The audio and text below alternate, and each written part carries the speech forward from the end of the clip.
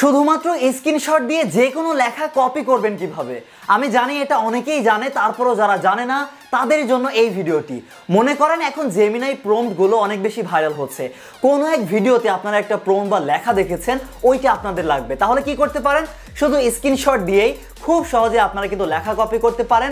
এরকমভাবে যে কোনো লেখা স্ক্রিনশট দিয়েই কিন্তু কপি করা যায়। কিভাবে জানতে পারবেন এই ভিডিওতে, চলুন ভিডিওটি শুরু করা যাক। ওকে, আপনাদের প্রথম কাজ হবে যেই পেজের লেখা কপি করতে চাচ্ছেন সেই পেজের একটা স্ক্রিনশট দিয়ে নেবেন। মনে করেন এই ভিডিওতে আমরা একটা লেখা পেয়েছি, এই লেখাটা আমরা স্ক্রিনশট দিয়ে কপি করতে চাচ্ছি। তাহলে কি করব? এই পেজের একটা স্ক্রিনশট দিয়ে নিব, একদম স্পষ্টভাবে একটা স্ক্রিনশট দিব যেন স্পষ্ট লেখাটা বোঝা যায়। হ্যাঁ, আমরা একটা স্ক্রিনশট দিয়ে নিয়েছি। এরপর আমরা কি করব?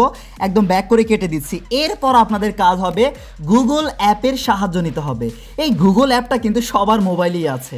এই যে এই গুগল অ্যাপটা যদি কোনো কারণে না থাকে, আপনাদের কাজ হবে প্লে স্টোর বা অ্যাপেল স্টোর থেকে গুগল অ্যাপটা ডাউনলোড করবেন। তারপর আপনাদের কাজ হবে ওপেন করুন। এই গুগল অ্যাপে আসার পরে এই যে এইখানে একটা ক্যামেরার একটা লগো আইকন পেয়ে যাবেন, এইটা খুঁজে বের করবেন। আমরা এখানে পেয়ে গিয়েছি। এরপর আমরা কি করব? এখানে একটা ক্লিক করার পরে প্রথম অবস্থায় পারমিশন চাইলে পারমিশন দিয়ে নেবেন। এরপর সেই স্ক্রিনশটটা সিলেক্ট করবেন, যেই স্ক্রিনশটের লেখাটা আপনারা কপি করতে চাচ্ছেন।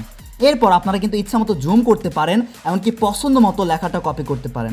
কীভাবে কপি করতে পারেন? এই যে চেপে ধরে রাখবেন যেই লেখাটুকু আপনারা কপি করতে চাচ্ছেন। এই যে আমরা এই লেখাটুকু কপি করতে চাচ্ছি, এই জন্য হাত দিয়ে চেপে ধরে রেখেছি। এই যে সুন্দরভাবেই সেই অংশটুকু সিলেক্ট করবেন, তারপর কাজ হবে কপিতে ক্লিক করে আপনারা কিন্তু ইজিলি কপি করতে পারবেন। আর কপি করা হলে তারপর আর কি যে কোনো জায়গায় আপনারা গিয়ে এই যে চেপে ধরে রেখে পেস্ট করতে পারবেন। এই যে আমরা এখান থেকে যদি পেস্ট করে এই যে লেখাটা চলে এসেছে। এইরকমভাবে আপনারা স্ক্রিনশট দিয়ে যে কোনো জায়গার যে কোনো লেখা কপি করতে পারেন। কে কে আগে থেকে জানতেন নাকি এই ভিডিওটা দেখে জানলেন? অবশ্যই কমেন্ট করে জানাবেন। আল্লাহ হাফেজ সবাইকে।